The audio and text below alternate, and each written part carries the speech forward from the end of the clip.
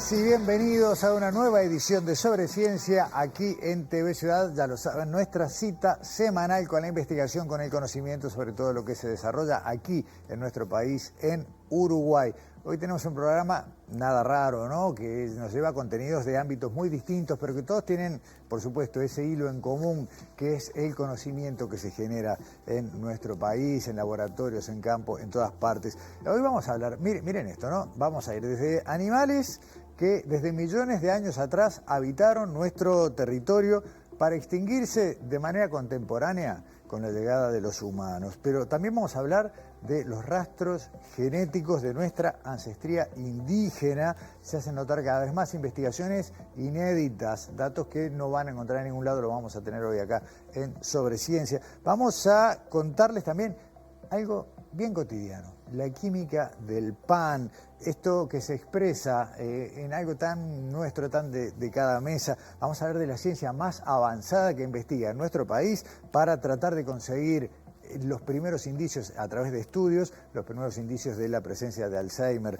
para quienes puedan padecer. Y vamos a arrancar hablando una vez más en estos videos del ciclo de despegue científico de PDCIVA de la investigación atmosférica para entender cada vez mejor nuestro clima. Entonces, Nicolás Díaz, en el marco, decíamos, de despegue científico de PDCIVA, es investigador del área de ciencias de la atmósfera y física de los océanos de Facultad de Ciencias y nos habla de esto, de la oscilación de Madden-Julian.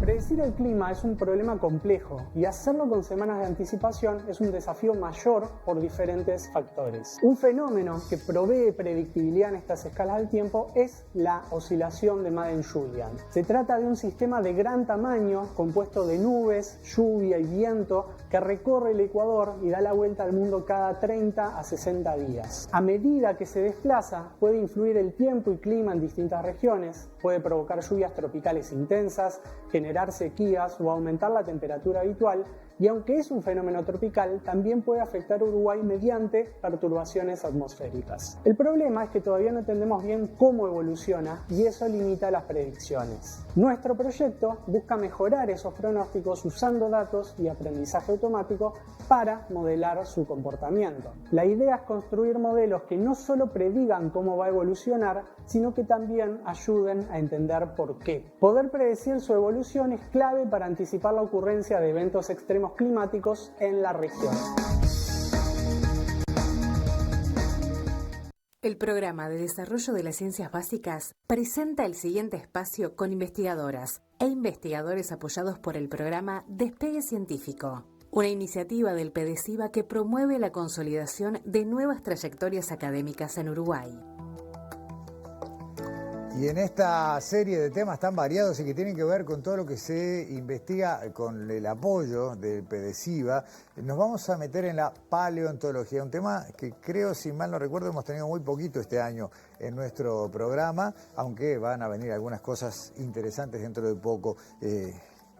Una paleontología que tiene que ver con hallazgos, descubrimientos y que nos llevan a periodos. Por un lado, si nos vamos a un extremo de millones de años, por otros bastante cercanos en el tiempo, 10, 12, 15 mil años hacia atrás, no mucho más que eso, y reconstrucción de una historia del pasado biológico de nuestro país. Andrea Corona, asistente del Departamento de Paleontología de Facultad de Ciencias, bienvenida a Sobre Ciencia. Bueno, muchas gracias por la invitación. Gracias a ti. Primero una pregunta genérica, ¿no? Hay mucho esfuerzo en esto de reconstruir lo que fue el pasado biológico de este territorio que hoy se llama Uruguay. Si bien uno desearía más recursos, más posibilidades de excavar, lo cierto es que de a poco ustedes van reconstruyendo una especie de mapa hacia atrás. Y en tu caso, dentro de esta línea, tenemos hallazgos que en el tiempo nos traen relativamente cerca, 10, 12, 15 mil años, y otros que van varios millones de años atrás. ¿Qué nos aporta? ¿Qué nos contaron estos hallazgos? Bueno, son como diferentes piezas del puzzle, ¿no? Como decías que tenemos que armar.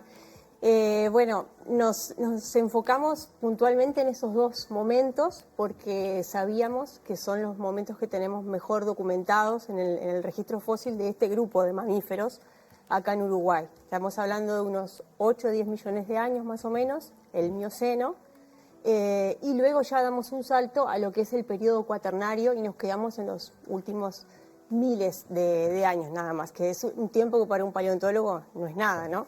Exacto. Y bueno, estos animales nos muestran la diversidad que existió en la fauna de nuestro territorio.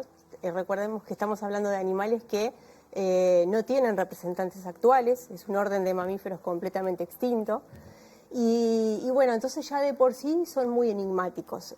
Nos interesa conocer no solo cómo era su apariencia, su anatomía, digamos, sino que también nos aportan un montón a reconstruir todo lo que es el ambiente, porque, por ejemplo, podemos saber a partir de sus huesos cómo se desplazaban, o a partir de sus dientes de qué se alimentaban, y en función de eso podemos reconstruir la vegetación del ambiente. Así que un montón de cosas. En este caso particular, y a pesar del salto temporal, estamos hablando de mamíferos ungulados, ¿es correcto? ¿Eso es lo que tienen en común? Exactamente, son ungulados, quiere decir que tienen pezuñas. Bien. ¿Tá? Para que uno se haga una idea del aspecto que tenían estos animales, que acá están representadas dos familias. Los más grandes de repente tienen una similitud con lo que sería un guanaco, un animal grande, 4 patas, de cuello muy largo, que tenía una pequeña trompita, como lo tienen los tapires actualmente, por ejemplo. Bien. Y luego tenemos la otra familia, que son animales más bien pequeños, del tamaño de un ciervo, pero que se parecen como a un pequeño caballito. Tal vez podemos ver, tenemos algunas imágenes que tú misma nos entregaste. Sí. Mira, ahí estamos. Este que estamos viendo ahora, por ejemplo, es el Lepidoptera. Bueno, ahí están las dos familias representadas. En realidad, justamente lo que les decía, las dos formas más grandes son los macrauquénidos, estos que se parecen como a guanacos y que tenían muchos de ellos una pequeña trompita, una trompa que les servía para alimentarse, por ejemplo. Y luego los dos más pequeñitos son estos que son como pequeños caballitos. En realidad el tamaño es el de un ciervo pequeño, el de un ciervo guasubirá, algo así, andan por ahí. Ahora, hay una cosa, ahí justo mencionaste recién algo que me llamó la atención cuando vos decís, no dejaron, digamos, son linajes que se extinguieron. Sin embargo, son muy parecidos. Si uno mira y dice, bueno, no puede ver, como decías vos, algún camélido andino o a los ciervos que todavía algunos van quedando en territorio.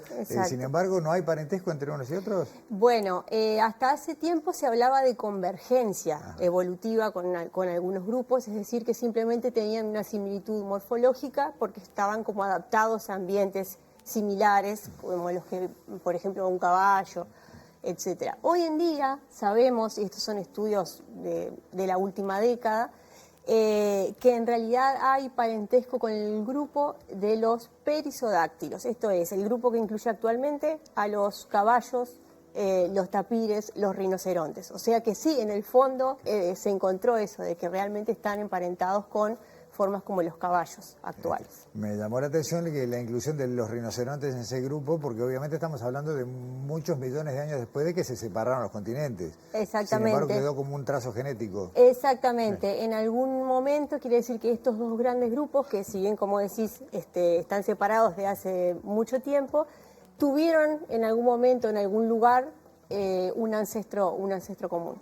Ahí estamos viendo una reproducción de tamaño natural de... Bueno, esa sos vos, ¿no? Además, ¿no? Sí, sí, esa soy yo. Esa es Macrauquenia patagónica. Es bastante conocida esta especie porque aparece en las películas de la era de hielo. Tenés razón, es cierto, claro. Entonces es uno de los animales del grupo que, bueno, la gente tiende a reconocer. Esos son otros macrauquénidos también. Que eran hay mucha abundancia de restos en otros países, pero en Uruguay no teníamos registro.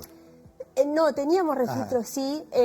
Los registros eran más bien esporádicos. Lo que sucede es que este es un grupo que no se había estudiado, digamos, exhaustivamente, sistemáticamente, haciendo un análisis detallado de cada uno de los lugares donde se encontraban los fósiles y demás. Y bueno, cuando empezamos a meternos cada vez más en el tema, empezaron a aparecer y a revisar colecciones. Pero sí es un grupo que ya estaba, si bien se registra quizá mejor en Argentina.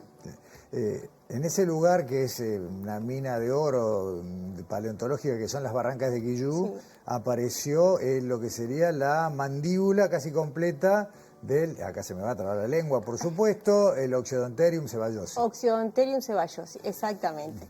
Bueno, eso la verdad que es una historia muy linda, la que hay detrás de ese material, la resumo así, y es en parte por lo que hacemos todo esto. Nosotros siempre tratamos de volcar a la comunidad todo esto que estamos haciendo, cuando vamos a trabajar a los distintos lugares, a hablar con los vecinos, etcétera, y así fue que dimos con la persona, Sergio Viera y su señora, que fueron quienes colectaron ese material allá por los años 80 y tuvieron la amabilidad y el buen tino de donar ese material que hoy en día está incorporado en la colección del Museo Nacional de Historia Natural. O sea que gracias a ese hallazgo y gracias a que ellos se dieron cuenta del valor que eso implicaba, nosotros pudimos estudiar este material y darnos cuenta de que se trataba de una nueva especie que no teníamos registrada en Uruguay. Esta es una de las mandíbulas más completas que se conocen, ¿no? Exactamente, sí, es la más completa. Esta especie estaba registrada, como yo decía, en Argentina. Eso también nos permite trazar, bueno, algunas similitudes con ciertas localidades de Argentina, pero se conocía nada más que por algunos fragmentos o algunos dientes sueltos, aislados, que habían aparecido. Y bueno, ahora tenemos la oportunidad de conocerla completa, lo cual obviamente nos permite conocer mucho más la anatomía y demás. Abro un paréntesis ahí porque vos narrabas la anécdota del hallazgo y siempre se cuida también de no alentar a que la gente salga a buscar por su cuenta, porque podés encontrar un resto, un fragmento óseo, pero perdés todo el resto de la información. Exactamente, exactamente. Es muy importante para el paleontólogo el contexto, no solo el fósil en sí, sino todo el contexto de ese hallazgo. Entonces es parte de lo que hacemos también, como te decía, cuando vamos sea a Quilluga, donde sea que estemos trabajando, tratamos de educar y de concientizar en ese sentido, de que si la gente descubre un fósil por casualidad se comunique con los especialistas para que nosotros podamos acudir y bueno... se comunique y no lo saque, en la medida de lo posible. En la medida de lo posible no, porque hay que saber hacerlo. Si es una cosa que, bueno, es inminente que ese material de alguna manera se va a perder por el motivo que sea, bueno, en ese caso hay que documentarlo muy bien. Claro.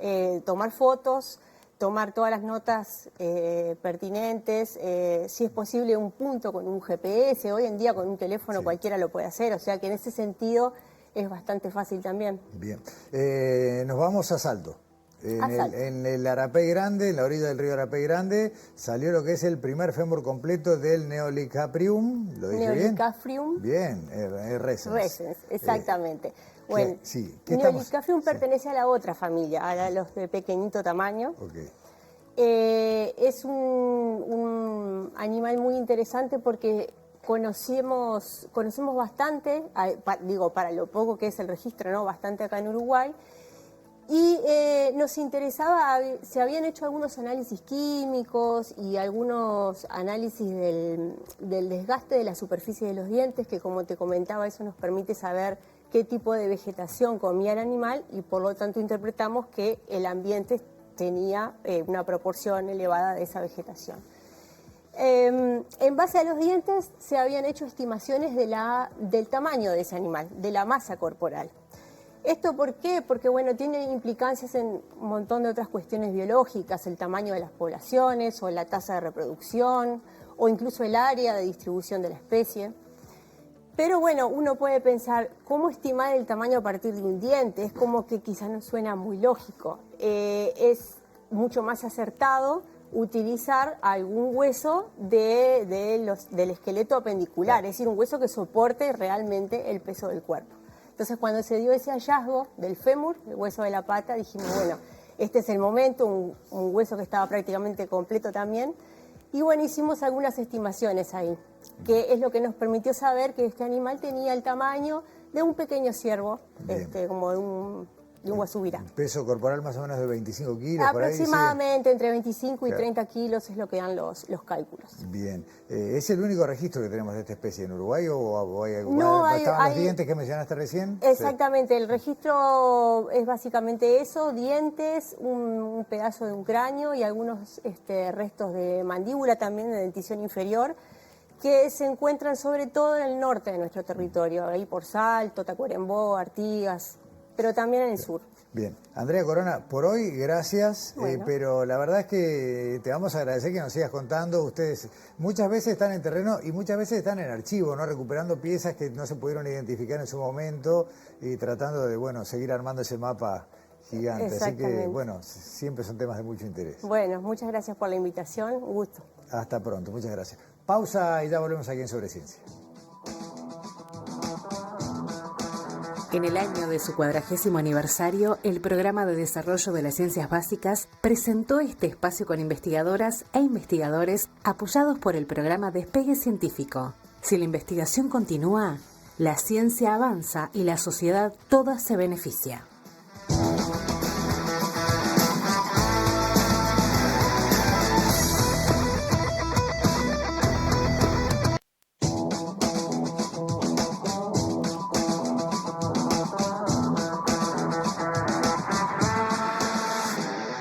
Segundo segmento de Sobre Ciencia, recibimos con mucho gusto a Pan. Alexandra Perrone, ¿cómo andás? ¿Cómo andas, Gustavo? Pan rico ese recién hecho. Ah, qué rico, Sí. sí, totalmente. Bueno, y vamos a hablar de ciencia, como Sí. todo lo que nos rodea. ¿No y habla de pan? Vamos a hablar de Ah, pan, bueno. vamos a hablar de la química del pan. Bien. Pero bueno, esto dentro de lo que hacemos nosotros siempre, que es contar no solamente las líneas de investigación que se llevan adelante, en este caso vamos a hablar de las líneas de investigación que se llevan adelante en el Departamento de Ciencia y Tecnología de Alimentos de la Facultad de Química de la Universidad de la República. Y bueno, justamente ahí hacen varias líneas de investigación. Y esta es la primera entrega de 3 programas donde vamos a mostrar 3 grandes líneas de investigación de este departamento. Muy bien, me parece Bueno, bien. hoy vamos Arrancamos a con hablar- algo tan cotidiano como el pan. Sí, pero está muy interesante, porque además ellos también hacen muchas actividades de divulgación donde cuentan todas estas cosas a grupos de liceo, de escuela, y bueno, eso es como muy importante también para ver y ser consciente de la química que nos rodea y sobre todo en la cocina, ¿no? Bueno, en esta ocasión nosotros hablamos con Alejandra Medrano, la doctora Alejandra Medrano, que es que bueno, justamente nos va a hablar en esta primera parte del informe de estas grandes líneas de investigación que llevan adelante en este Departamento de Ciencia y Tecnología de Alimentos, cuyo objetivo es, bueno, encontrar una forma de enriquecer determinados alimentos con nutrientes valiosos para la salud y para mejorar la calidad de ese alimento y también en algún futuro no muy lejano poder brindarlo en la industria, Claro. esto, ¿no? Es una mirada muy importante en ese sentido. Y Jessica Báez, que es estudiante de doctorado también de este Departamento de Ciencia y Tecnología de Alimentos, nos va a contar los primeros detalles de qué pasa químicamente cuando hacemos pan.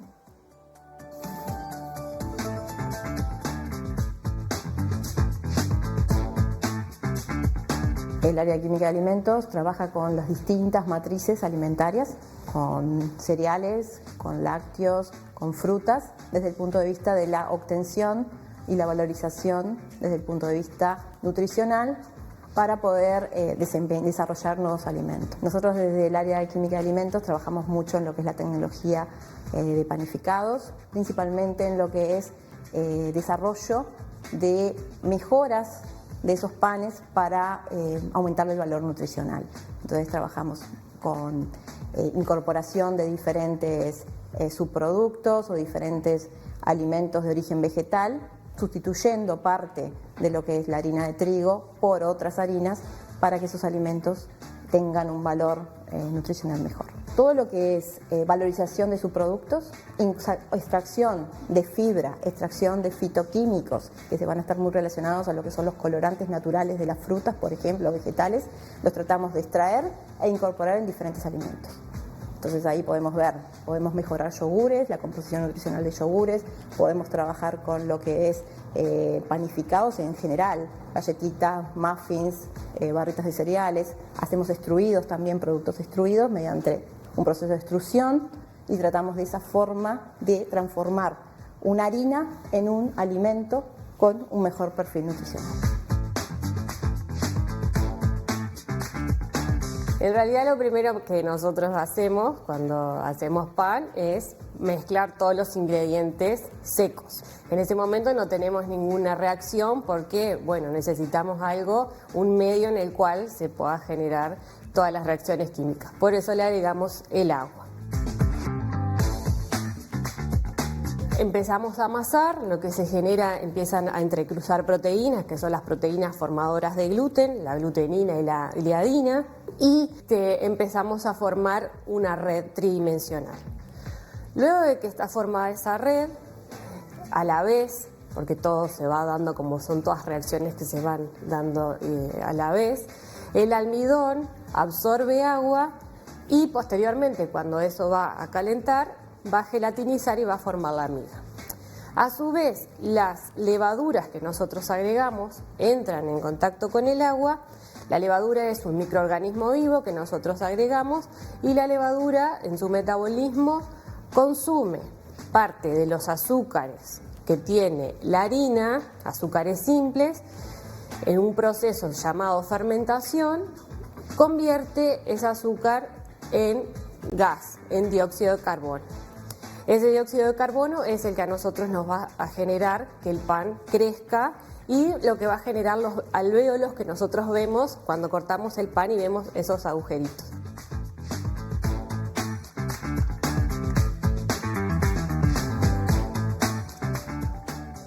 Temas de ponerle nombre científico y explicación a algo que está con nosotros de siempre, Sí, ¿no? sí. Y bueno, y es lo mismo si lo hacemos nosotros o si lo hace una máquina. Los procesos químicos son exactamente los mismos, ¿no? Y bueno, y Jessica nos hablaba esto de la red de gluten, y lo bueno que tienen ellos es que, bueno, pueden mostrar todas estas cosas porque lo hacen para, como decía, para hacer divulgación también.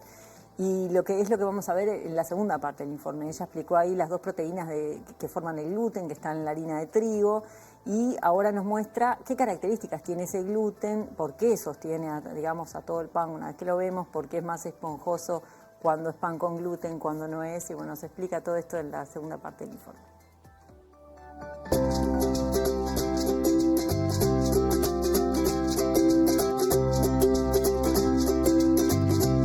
En este caso, lo que nosotros estamos mostrando acá, que es una masa amasada de la misma manera, pero una sin levadura y una con levadura. Podemos observar que la masa aumenta en volumen y a la vez se genera ese gas que nosotros lo mostramos visualmente, que infla el globo que nosotros tenemos acá. El gluten son proteínas que no solubilizan el agua, es decir, que no se disuelven en agua. Entonces nosotros lo podemos lavar y lo podemos mostrar de manera visual para que se vea. Acá les voy a mostrar que el gluten, esto es lavado, nosotros a la masa le sacamos todo lo que es el almidón y todo lo que es soluble en agua, y podemos mostrar la red de gluten, cómo se forma. Podemos mostrar que es impermeable, esto se puede inflar, y esto es lo que sostiene todo ese gas que se puede observar después a la hora de realizar el pan. Es lo que lo hace crecer, ayuda a que crezca y le da la elasticidad. Por ejemplo, nosotros cuando apretamos un pan, el pan vuelve. Por otro lado, uno de los componentes esenciales que tiene la harina para generar lo que es la miga es el almidón, el cual va a gelificar con el agregado de agua y el calor. Entonces, lo que nosotros realizamos acá es una prueba de distintos alimentos y la presencia de almidón en los distintos alimentos. Esto es harina de trigo, y este reactivo, que es de color amarillo, cuando hay presencia de almidón, queda de color azul oscuro o negro. Acá tenemos azúcar que no tiene almidón, entonces el reactivo va a quedar de color amarillo, no va a cambiar su coloración.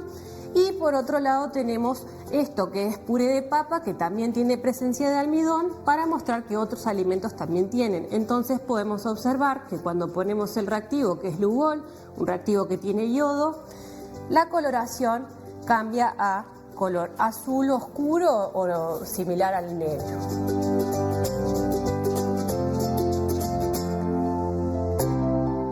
Vos dijiste algo polémico en el bloque anterior, Alexandra. Dijiste que no importa si lo hace una persona o una máquina, el pan es el mismo.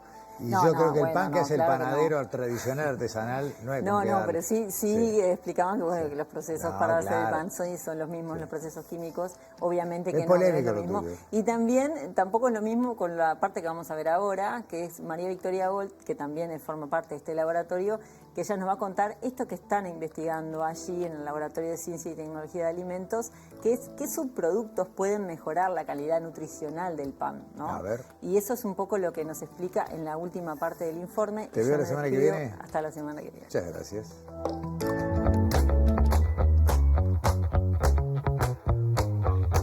Como el pan es un alimento muy consumido a nivel mundial y en el Uruguay, y tiene prácticamente azúcar y muy poca proteína y fibra, una forma de aumentarle el valor nutricional a estos panes de alto consumo es agregarle distintos ingredientes.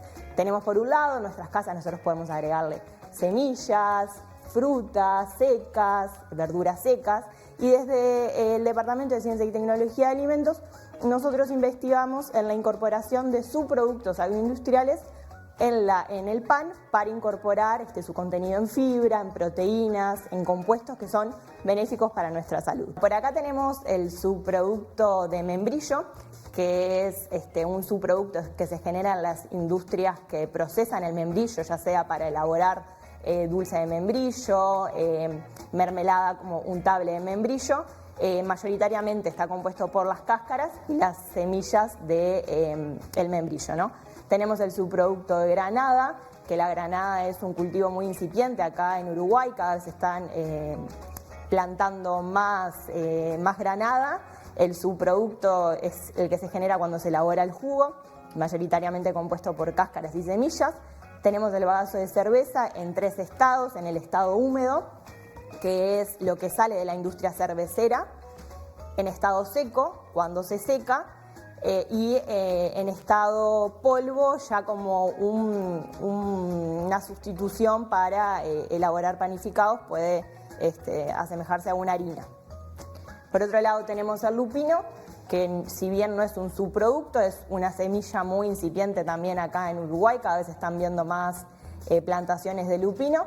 Tenemos la cáscara de cebolla, que es un subproducto que se puede generar en las industrias que procesan cebolla, ya sea para elaborar puré de cebolla o cebolla deshidratada.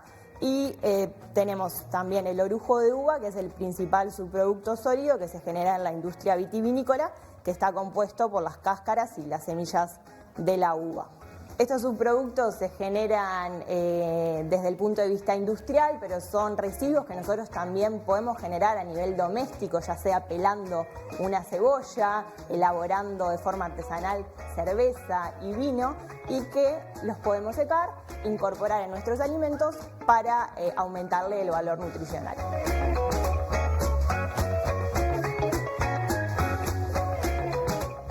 Muy bien, muy rico. La verdad, me quedé con ganas ahora de una tostadita, un pancito, pero bueno, vamos a hablar de otra cosa totalmente distinta. ¿Cómo andas, Daniela? ¿Todo Con bien? hambre no se puede aprender cosas nuevas, ¿no? Así Bueno, pero seguimos aprendiendo cosas del pan.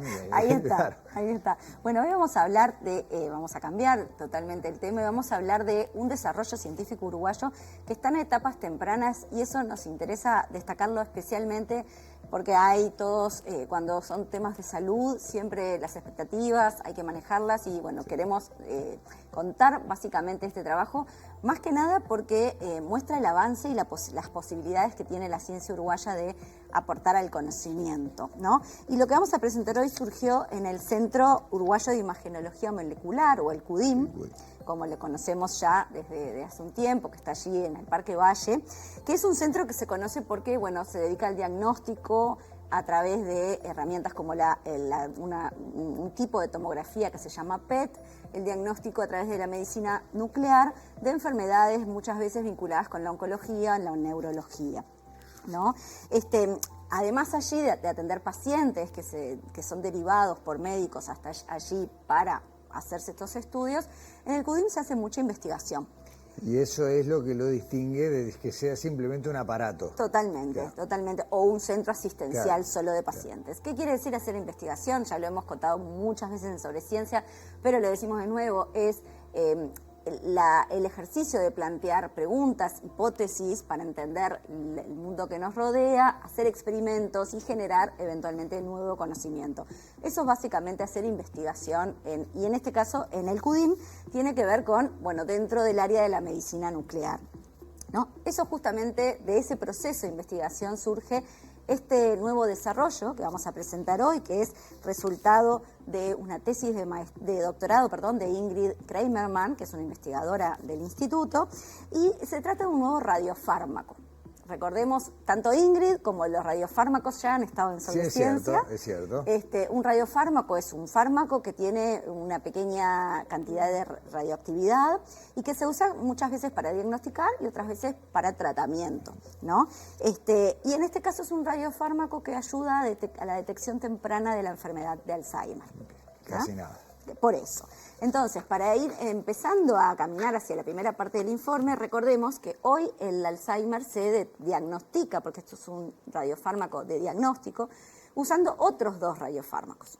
Uno que detecta una acumulación de una sustancia que se llama beta-amiloide, que se acumula en el cerebro justamente, y otra que detecta la baja actividad de la glucosa en el cerebro. Porque las neuronas cuando funcionan bien consumen mucha glucosa, que es la que les da energía. Cuando ese consumo de glucosa baja, indica que algo no está andando bien. Exacto, junto con la acumulación de esta beta-amiloide, bueno, un posible diagnóstico de Alzheimer. Que es temprano, pero no suficiente. Exactamente, sí. Porque quiere decir que ya la enfermedad está instalada de algún modo, aunque esté en fases tempranas. Lo que hicieron en el CUDIM entonces es tratar de desarrollar un fármaco que vaya a otros de los elementos que tienen que ver en el cerebro, que son los astrocitos, que es otra, a diferencia de las neuronas, es otro tipo de célula. Entonces, este es el fármaco que se dirige a los astrocitos para detectar tempranamente el Alzheimer. ¿Cómo y cómo surgió y cómo funciona? Esto es lo que nos cuentan en la primera parte del informe Eduardo Savio y Rodolfo Ferrando.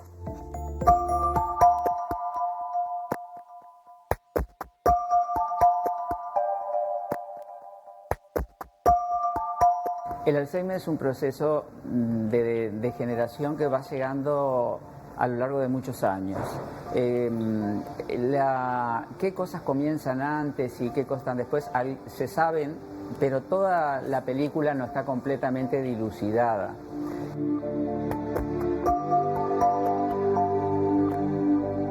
Y entonces en eso durante muchos años el tema estuvo centrado en las neuronas, había un enfoque neurocéntrico, digamos, y después se fue aprendiendo con el tiempo que había otras células del cerebro, del sistema nervioso central, que jugaban un rol importante, como las que nosotros queremos focalizar, que son los astrocitos.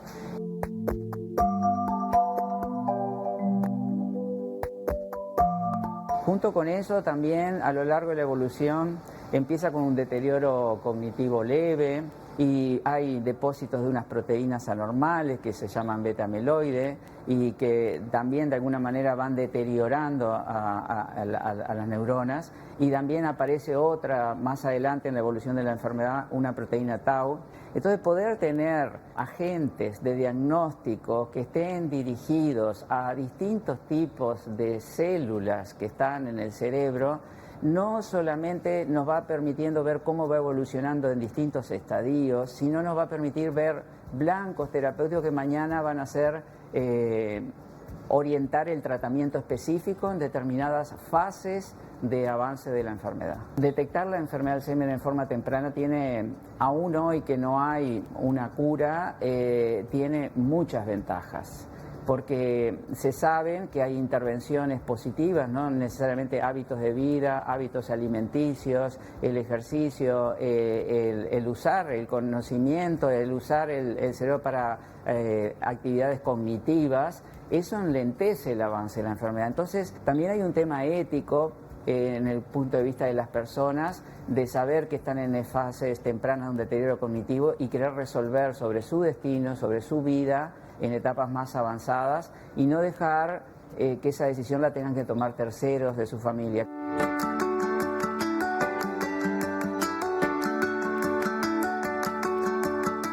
En CUDIM CUDIM se desarrolló un radiofármaco que marca los astrocitos. Los astrocitos son células que están en el cerebro, que se encargan sobre todo del soporte, la alimentación, ¿no? El trofismo de las neuronas. O sea, sirven como de base para la salud neuronal. Esos astrocitos en diversas enfermedades del sistema nervioso juegan un papel muy importante.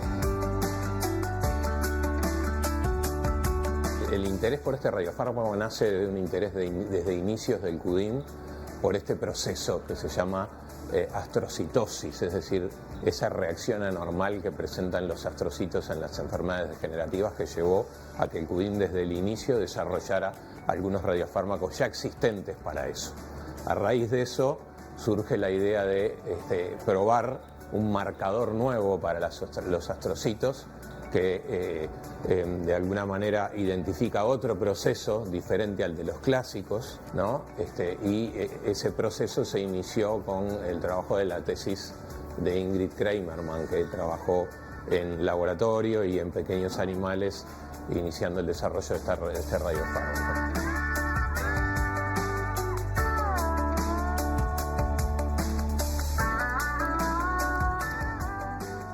Vamos a seguir hablando de esto en este momento y al final también de moderar expectativas. La ciencia tiene tiempos que no siempre son los mismos que la impaciencia de quien puede tener una preocupación de salud. Totalmente, totalmente. Y de hecho, lo que vamos a contar hoy es parte de ese proceso, porque estamos trayendo a colación este nuevo radiofármaco porque acaba de dar un paso importante que es propio de algo nuevo, un desarrollo nuevo, que es la primera fase de pruebas en humanos. O sea, hasta ahora durante años lo que han hecho fue probar este radiofármaco en situaciones de laboratorio, incluso en animales de experimentación, pero ahora llega el paso de probar qué pasa en humanos, si sirve o si no sirve. La parte de seguridad ya se evaluó y por eso un comité de ética, que es una figura que siempre evalúa estos procesos cuando pasan a las fases en humanos, dio el ok y ahora el CUDIM justamente está empezando esta fase. ¿De qué se trata? Justamente es lo que nos cuenta en la segunda parte del informe.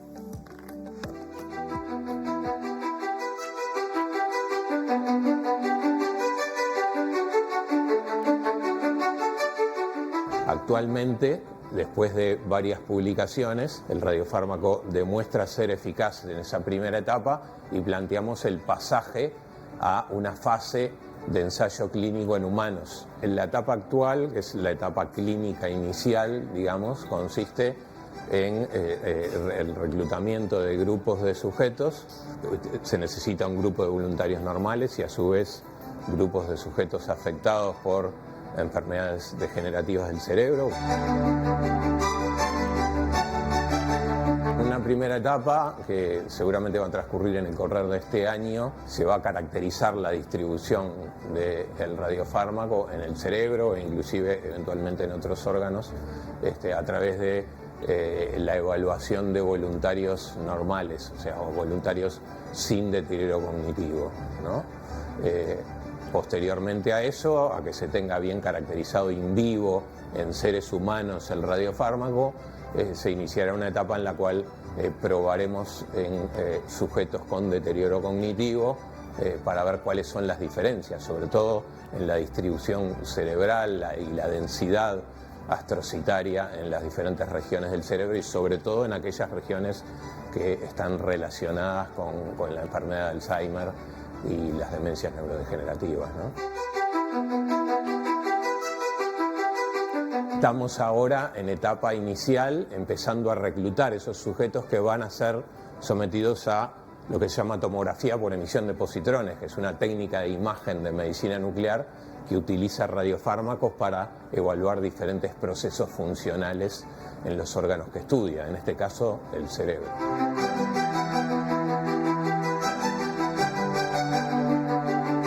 El estudio PET es un estudio no invasivo, un estudio inocuo que utiliza cantidades pequeñas de radiación y a su vez los radiofármacos, que son como los contrastes que utilizamos, de alguna manera se administran en cantidades muy pequeñas que hacen que no interfieran en general en el funcionamiento normal del organismo.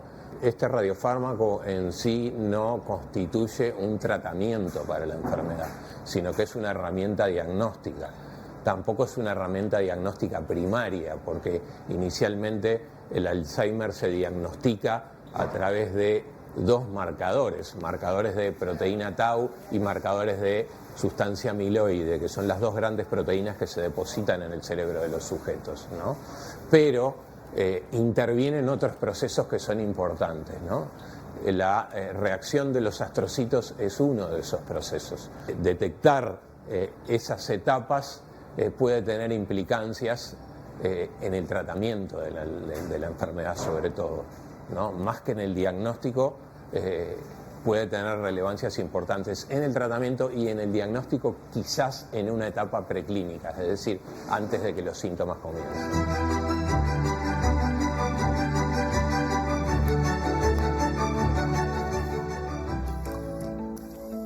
Qué valioso haber dado este paso, ¿no? Y poder demostrar que la investigación hasta acá es sólida. Exacto. Y conseguir la autorización para la etapa de ensayos con humanos, ¿no? Exacto, es propio del desarrollo de una investigación, ¿no? Y tres Pero cosas... ¿cuántos llegan hasta ahí? Totalmente. Y más cuando hablamos de nuestro país. Más bien, Sí. por eso es destacable. Sí. Tres cosas antes de despedirnos hasta la semana que viene. Una es que, bueno, recordar que este fármaco no cura, es una herramienta de diagnóstico, y eso está enrabado con el tema de las expectativas y las ilusiones, ¿no? Esta es una etapa muy incipiente todavía, si bien está probándose primero en personas sanas, y eventualmente, si eso sigue lo que esperan, el año que viene se probaría en personas ya con un deterioro cognitivo, como para, bueno, reforzar esto. Y quienes quieran participar, entonces, pueden hacerlo, pueden conseguir información. Hay un formulario muy sencillo, que seguramente después sigue con una entrevista, en la página del CUDIM, que es cudim.org. Perfecto. Gracias, Daniela. Nos vemos la semana que viene. Hasta la semana que viene. Pausa en Sobreciencia. A la vuelta vamos a hablar de estudios nuevos, inéditos, sobre ancestría indígena, nuevas revelaciones que tienen que ver con nuestro país.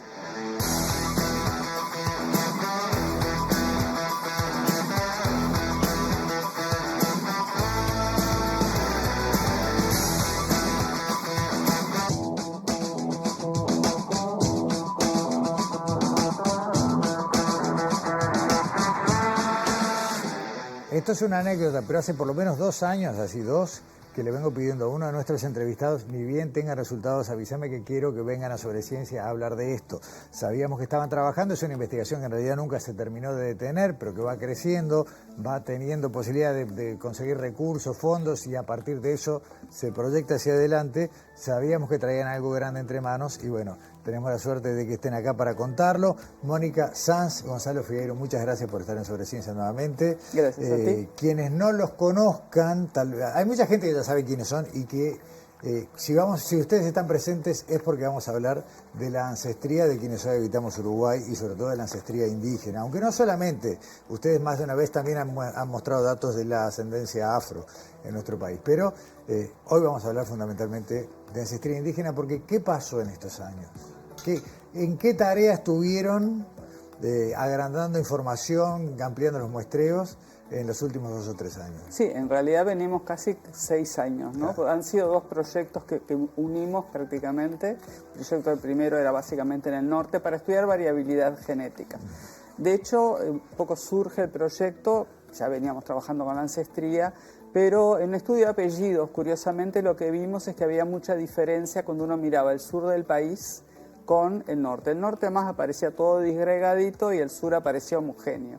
Entonces quisimos ver si a nivel de marcadores genéticos, o sea, no, los apellidos pueden ser un buen indicador, pero no necesariamente, daba lo mismo. Y bueno, esta es como la primer parte de todo eso que vamos a lograr. El proyecto está financiado, fueron 2 proyectos financiados por CSIC, la Comisión Sectorial de Investigación de la Universidad de la República. El primero fue de 2 años con Pedro Hidalgo y el segundo, que estaba Gonzalo ahora responsable, termina en marzo. O sea, todavía tenemos un plazo para tener resultados. Ahora los que tenemos son datos de ancestría, que son los que vamos a compartir. De paso les avisamos a la gente, creemos que ya la mayoría recibió sus informes.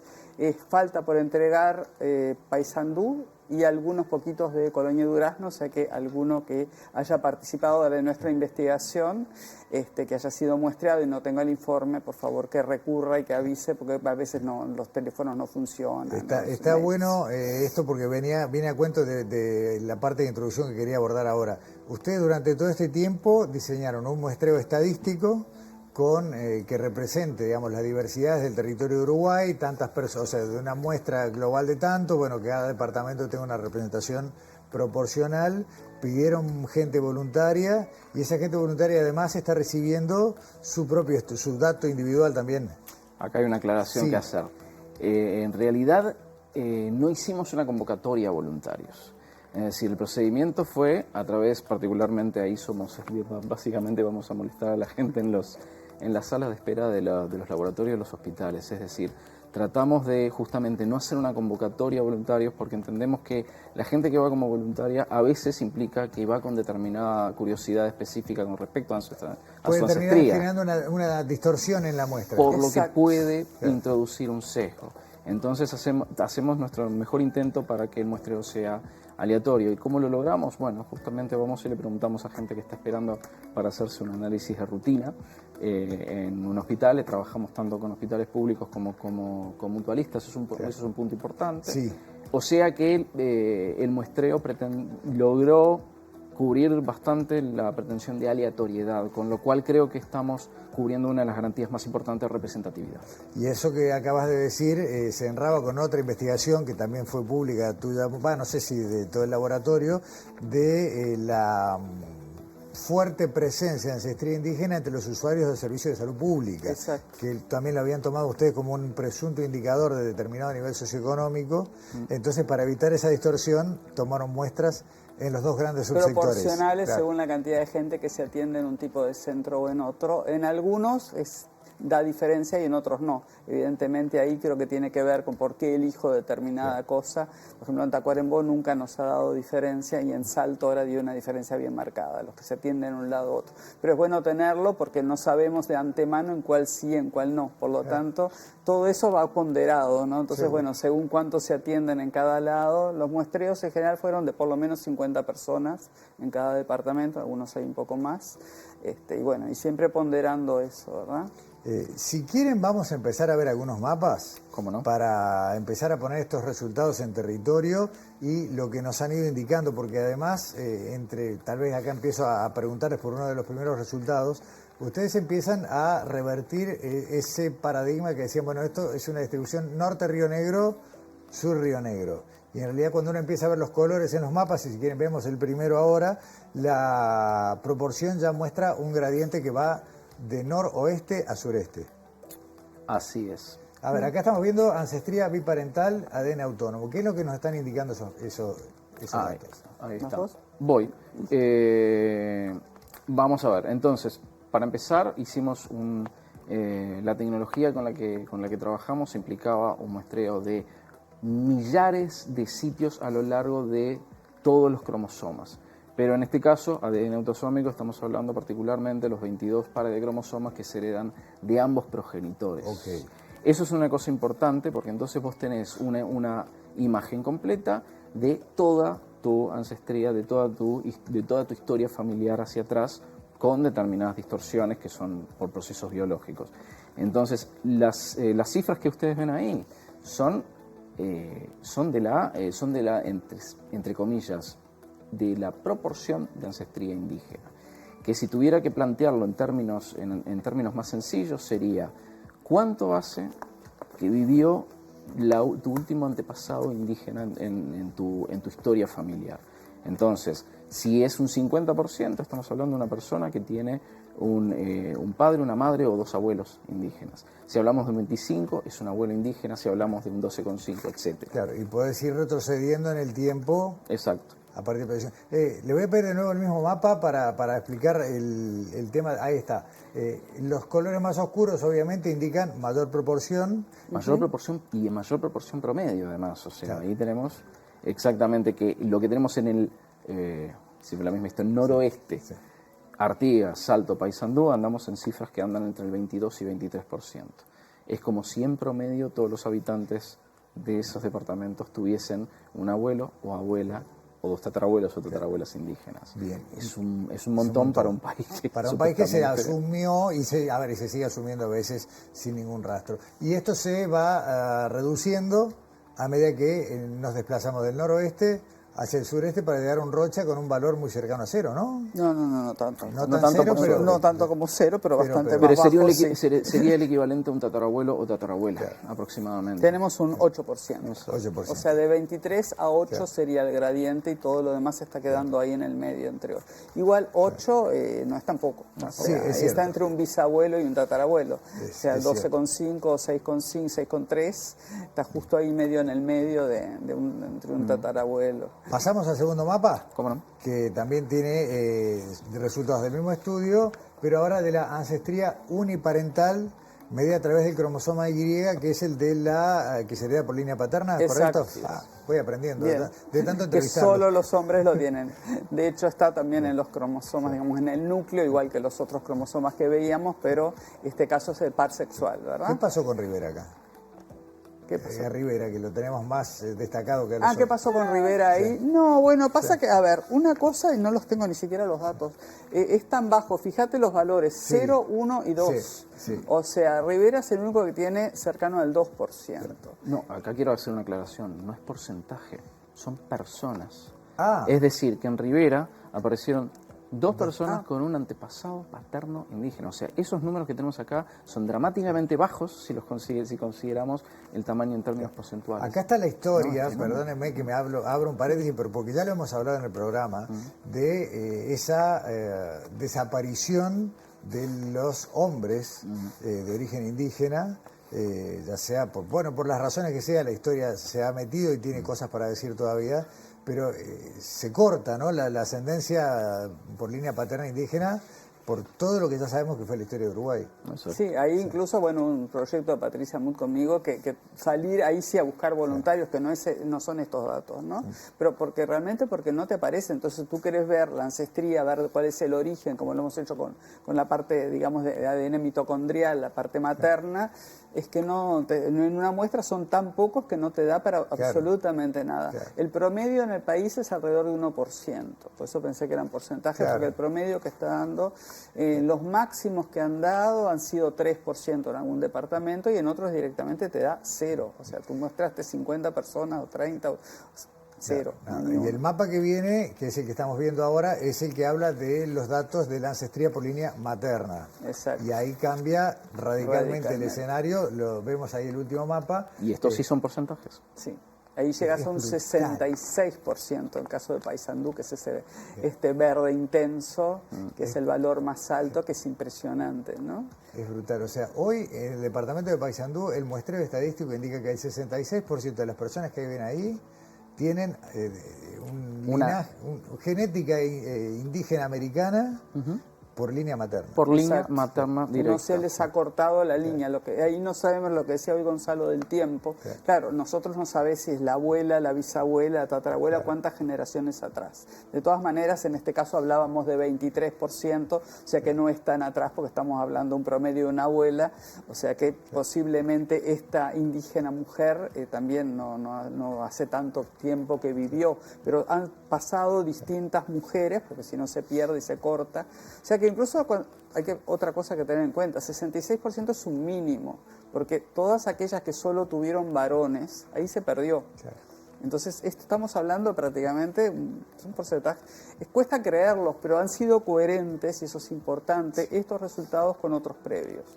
Paysandú concretamente no teníamos datos, pero por ejemplo los de Tacuarembó son bastante coherentes, ha disminuido una generación después, pasó de 60 a 44, estamos viendo un poco por qué, pero bueno, las poblaciones se mueven, no hay más aportes, digamos, entonces es posible que una generación después, con menos hijos, se van perdiendo algunas de las cosas. Claro, aparte me quedé con algo que dijiste recién, si una persona que tiene hoy ancestría indígena por línea materna, una mujer, tiene solamente hijos varones, la línea se corta. Exacto. En una era donde todos tenemos menos hijos, hay más chance de que se vaya. Exactamente. Pasando en limpio, y ahora vamos a ir a unos gráficos, pero pasando en limpio lo que vemos en estos 3 mapas, corríjanme si interpreté algo equivocado, hay algo más de un 20% de los habitantes de este país que tienen al menos una abuela o un abuelo de origen indígena. Un porcentaje mínimo que lo tuvo por línea paterna y un porcentaje que llega hasta más del 60% en departamentos como Paysandú, que tienen por línea materna una línea ininterrumpida de ascendencia indígena. Sí, otro dato numérico, hay 23.000 personas aparentemente que tendrían más del 50% de su ADN indígena. Eso es más de un abuelo, ¿no? Sí, claro, bastante más. Claro. Por eso, o sea, 2 abuelos por lo menos. Habíamos armado unos gráficos que si quieren los vemos porque es justamente para pasar. Esos son los 2 abuelos, claro. Vos decís es un abuelo que es un montón, son 700.000 personas. Claro, exacto. Vemos los gráficos porque me interesa, ahí está. El aporte indígena, entonces por línea materna es este 40%, mientras que por línea paterna es este porcentaje que está dentro del margen de error, por lo que decían ustedes. Sí, son tan pocos casos, claro. Sí. Claro, cuando en el mapa anterior habíamos dicho que se trataba de personas, es que cuando tenés tan pocos individuos es imposible utilizar eso para después extrapolar un porcentaje. Por eso decidí dejar solamente los individuos. Pero bueno, ese número del 2,2% está bastante cercano a lo que nos está dando en general para el territorio nacional. De todos modos, ese 40%, lo que decíamos, lo que vienen diciendo ustedes del arranque, ¿no? Nos interpela en nuestra imagen autoconstruida de país de europeo. Claro, eso se explica por las uniones direccionales, que así se las conoce, ¿verdad? De mujeres nativas con hombres de origen europeo. Eso es lo que dio esto, ¿verdad? A los hombres indígenas desaparecen por las razones que tú quieras, básicamente muchos muertos en distintos episodios, pero las mujeres generalmente eran repartidas o se unían a hombres de origen europeo, y eso es lo que te está dando este tipo de unión. Los hombres, de hecho, casi los indígenas no dejaron prácticamente descendientes, son muy, muy pocos, mientras que las mujeres sí, y evidentemente lo ocultaron, porque ese es el otro tema, ¿verdad? ¿Por qué lo sabíamos tan poco si hay tanto ADN, sobre todo por línea materna? Bueno, ahora se están empezando recién ahora a recuperar muchas de esas historias que seguramente las mujeres conocían, y se ve a veces en algún tipo de práctica de medicinal, la aplicación de algunas costumbres, que evidentemente en la familia estaba, pero era algo como que se callaba, ¿no? Llevando estos porcentajes a números absolutos, y voy pidiendo la segunda placa, aparecen datos todavía que pegan más fuerte, ¿no? Vemos ahí el segundo dato, 770.000 personas tienen al menos un abuelo 100% indígena. Sí. Esa sería la forma de interpretarlo. Por supuesto, puede querer decir dos bisabuelos por distintas líneas, o sea, podemos hacer la aritmética que queramos, pero aún así sigue siendo una cercanía en términos generacionales enorme, en términos de esa ascendencia, lo cual creo que refuerza también lo que decía Mónica con respecto a que si está tan cerca en el tiempo, ese olvido tiene que haber sido forzado, no es un olvido que las cosas se perdieron en el tiempo. Más que perderse, hubo un ocultamiento adrede. Acá es donde el laboratorio puro y duro empieza a dialogar, ¿no? con la antropología más humana, con la historia. Claro, sí, pues hay que tener cuidado cuando hablamos de un abuelo, que posiblemente no es el abuelo, sino sean 2 bisabuelos o 4 tatarabuelos, ¿verdad? Porque no estamos hablando de generación, sino la cantidad que te llega a ti de ADN, y es exactamente la misma si es un abuelo, o no es exactamente, pero aproximada, si es un abuelo o si son 4 tatarabuelos. El porcentaje te va a dar bastante parecido. O sea, no estamos diciendo en qué generación fue, pero sí es importante la cantidad, o sea, que uno va a ver. Para todo es importante, ¿verdad? Pues esto puede tener otro tipo, no solo históricos, sino a veces médicos. Además nosotros, usando el idioma como lo hacemos habitualmente, estamos hablando de abuelos, pero creo que en general estamos hablando de abuelas, ¿no? Sí, claramente, abuelas. El dato abuelas, bisabuelas. Claro, bueno, sí. Por lo menos, si tenés varios, una es tu bisabuela. Si tenés varios tatarabuelos, uno es tu tatarabuela. Y quiero ver la última gráfica, que tiene el número más grande, ¿no?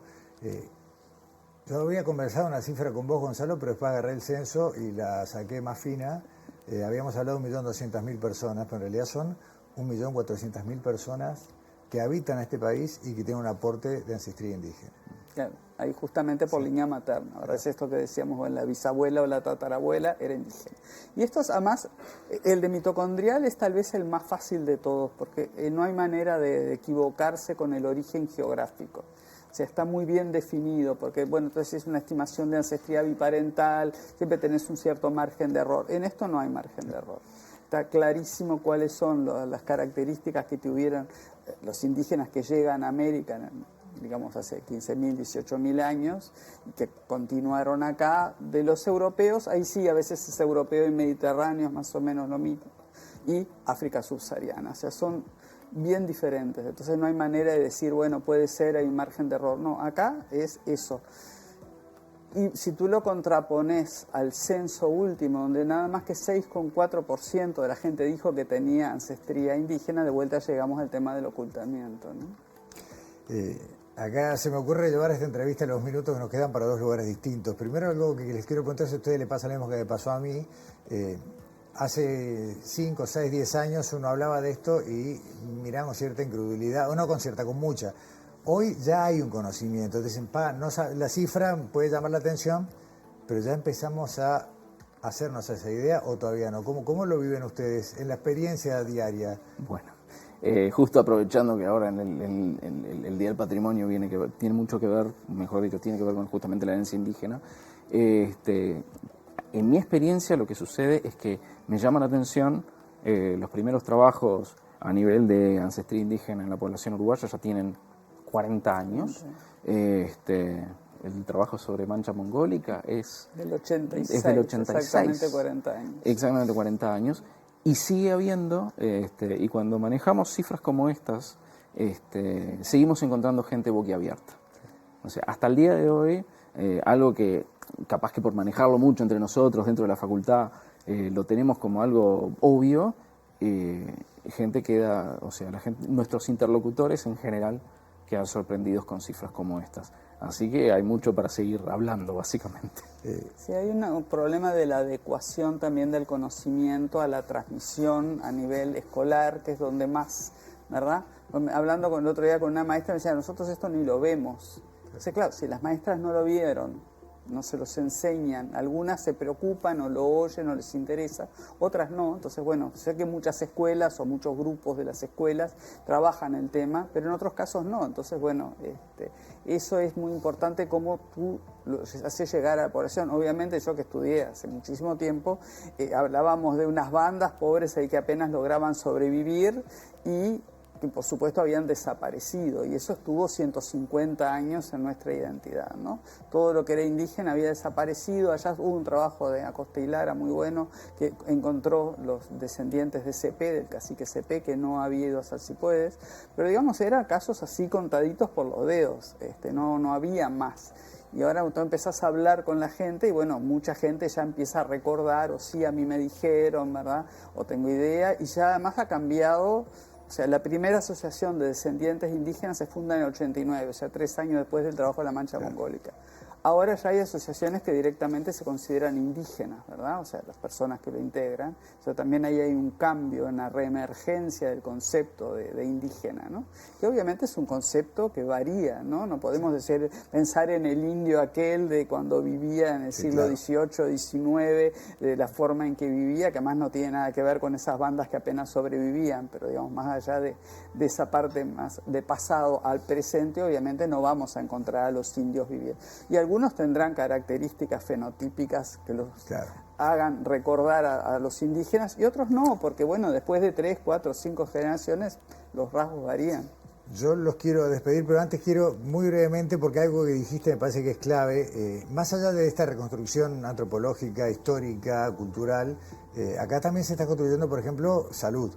Porque conocer todo esto puede permitir que el día de mañana se construyan estudios sobre las particularidades genéticas que tal vez hagan que un medicamento, un fármaco, un tratamiento funcione de manera distinta, ¿no? Sí, hay un grupo en Salto que trabaja con nosotros, justamente el grupo de Julio Daluz, que trabaja en la parte farmacogenética y están encontrando marcadores particulares, digamos, que pueden tener que ver con la indígena, y eso es súper importante. Yo he sido en todo el muestreo, además de Salto y Paysandú allá, y sí, se están encontrando variantes diferentes, ¿no? que se explican por ese lado. Vamos a tomar el guante del Día del Patrimonio en octubre, vamos a tal vez hacer una puesta a punto de 40 años de conocimiento y aprovechar ese momento. Mientras tanto, les quiero dar, no se van a ir sin llevarse su presente de Ística Objetos, que tiene que ver con esta sexta temporada sobre ciencia en TV Ciudad. Se llevan, vamos a dejarlo por acá, después arriban ustedes quién se lleva qué cosa, ¿no? La tote, y por acá tenemos las tacitas, que bueno, están envueltas,